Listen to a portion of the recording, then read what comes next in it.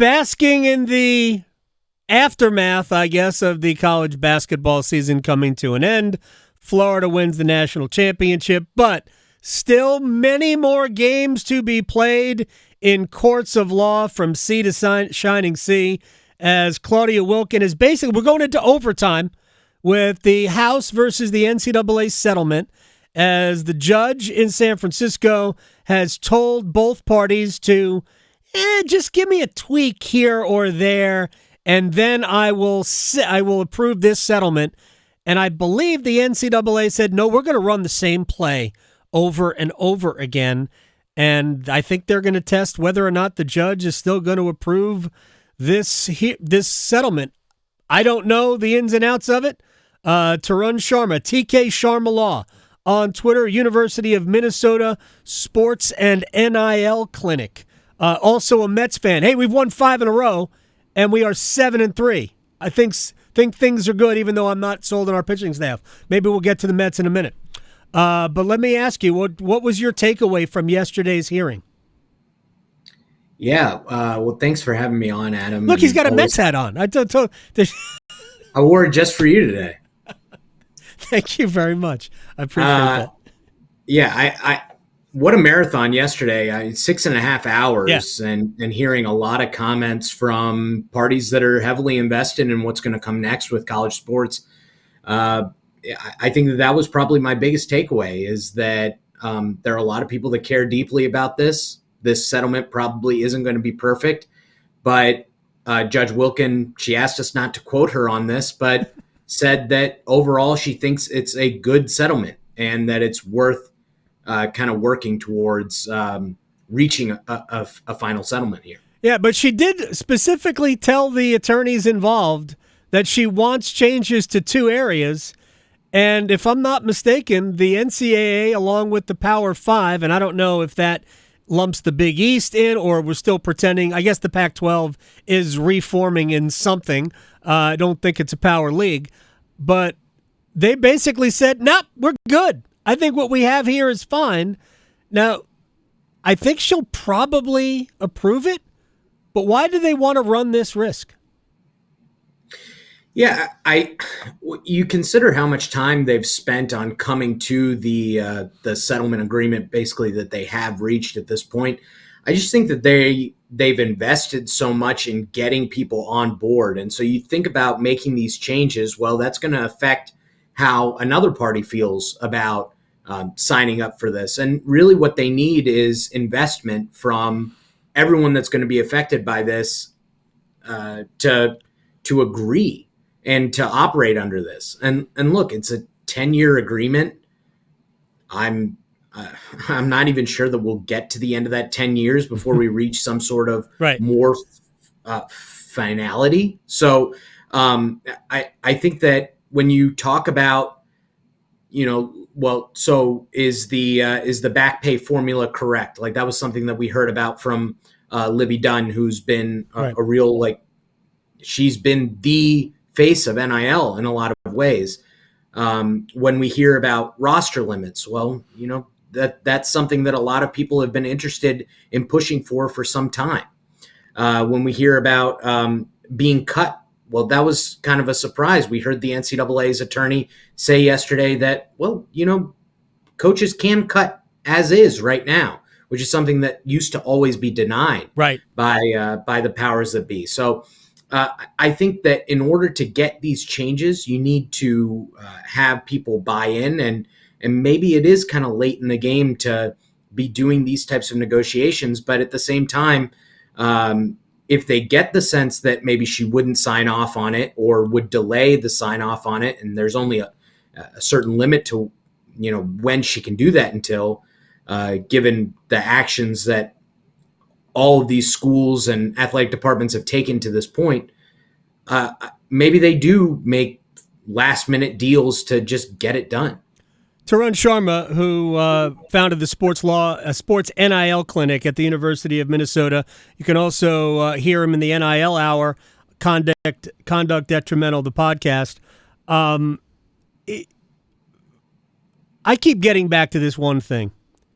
And there's already another lawsuit filed yesterday, Chris Jenkins, former Villanova basketball player, and Carolina fans will remember it was him who hit the shot in 16 that beat the Tar Heels. He's suing because for, I guess, back lost NIL money that he would have received. I don't know how you figure this out. Maybe you can. But we're going to see so many lawsuits. But isn't the big one that's coming going to be based on artificially capping what the athletes can earn because it won't be collectively bargained? Yeah, I think it's a great point, and one that I've been thinking about since we first heard the terms of the settlement. But look, it's a 10-year settlement, and this was something that I think Judge Wilkin was interested in hearing about. Someone brought up the 10-year-old who's currently out there playing kickball. Right. That person is going to be bound by this settlement because 10 years, it would cover, a significant portion of their college eligibility. So I do think that matters. And when I mentioned something that would give us more finality, I was sort of referencing, look, if we get employment and the NCAA can no longer deny that these student athletes are employees of the teams and the universities where they work, then maybe you do get a union and collective bargaining. And that, I think, is where we need to get to, in the sense that is what's going to allow college sports to look more like the college sports that I think we fell in love with, more continuity that we don't currently have with the year-to-year free agency. Isn't agreeing to share revenue already admitting that the athletes are employees? Well, so if you asked the universities and the athletic departments, I think that they might say that these are licensing agreements, that they're going to be paying money for the use of name, image, and likeness, but not necessarily a revenue sharing agreement, which I agree would kind of push towards that line. Well, if these were just licensing agreements, like I guess to put it in a like the video game context, didn't all players in the video game, essentially, if you were an NCAA football player, you were going to get a check for whatever, like $800 to be in the video game? Are they going to give like every player the same number? No. So I don't get it. Yeah. I mean, I am not a lawyer, but sometimes common sense is better than the legalese. Tarun Sharma at TK Sharma Law is joining us here on the Adam Gold Show. Do you have something else to say about that? Yeah, well, I think that the argument that they would make back, though, is that, look, if you're, buying people to endorse a product for you, not everyone is going to be worth the same amount. Right. Some student athletes are going to be more valuable to the university and that what they do. No question, and the free market should allow for that. So what happens when you've got 5 players on your team that are each worth, $2.5 million to the university? Yeah, I think you're going to end up tying a lot of that money up in those players. I don't think you're going to be able to afford some of the other sports, which is one of the concerns I think that a lot of student athletes, particularly in the Olympic sports, have. Tarun Sharma is joining us here on the Adam Gold Show. The NCAA is trying to limit the way that NIL is used now. The courts have already said. And the NCAA has basically decided, at least until right now, has kind of backed off and said, we can't enforce this, so NIL is NIL, and it's pay for play in many, many places, and is what it is. It frankly isn't any different than it used to be when everything was kind of under the table and not above board. But they're going to try and enforce this and make it all true NIL and police the real value of somebody's NIL deal. Is that tenable? Yeah, well, now they've invested a significant amount in the infrastructure for it. This settlement agreement also calls for Deloitte to kind of vet every NIL deal over $600, and I think that was one thing that some of the attorneys were kind of arguing against yesterday, because they don't want to see any collective clients that they have kind of fall by the wayside here, and I think that it would be. It's going to be difficult, I think, for Deloitte to say, "Hey, this agreement that you're giving to the top quarterback on the market is not fair market value." Well, what is fair market value? Our algorithm says this, our model says this, but there are other suitors that are willing to pay this amount of money or even more, and we're just lucky that we were able to convince them to sign with us. I think that is asking for a lawsuit as well. So I think that there are still significant issues with this. I think we will get the settlement agreement, Right. but it's by no means a done deal, and college sports is going to stop evolving. The horse is out of the barn here, so it's going to just continue to be insanity. But I think that this probably gives us a baseline and something to build from. Tarun Sharma at TK Sharma Law on Twitter. He is the founder of the Sports NIL Clinic at the University of Minnesota School of Law. You can hear him on the NIL Hour, Conduct Detrimental, the podcast. All right. Do you feel good about a 7-3 start? I'm a big believer in this, the pitching lab.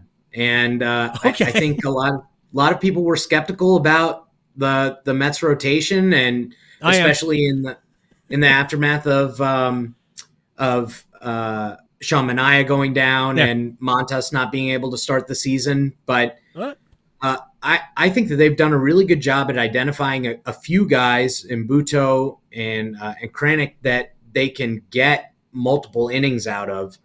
And I heard them say last night on the broadcast, Gary was relaying a conversation that he had with David Stearns, saying that, look, it's particularly important early in the season when starters aren't going to be able to give you as much, to have these guys where maybe they are converted starters, like the two guys that I mentioned, and they can give you 2 or 3 innings. So I'm a believer in the way that they've constructed the pitching staff to this point, and also that I think that they just do a great job of using data to identify most valuable pitches and develop sequencing in a way that maybe other teams don't. This is the true money ball, right? This is the true money ball. Not that crap with Scott Hatteberg playing first base. Tarun Sharma, fellow Mets fan.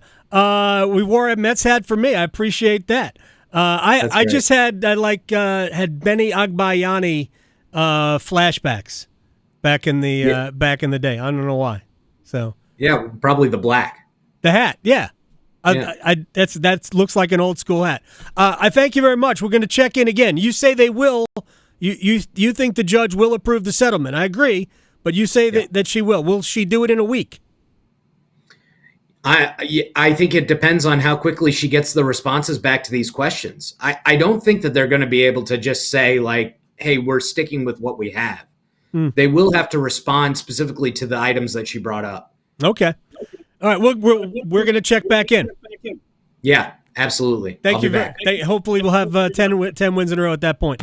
Tarun Sharma, TK Sharma Law on Twitter. Thank you very much for the time, man. I appreciate it. Thank you.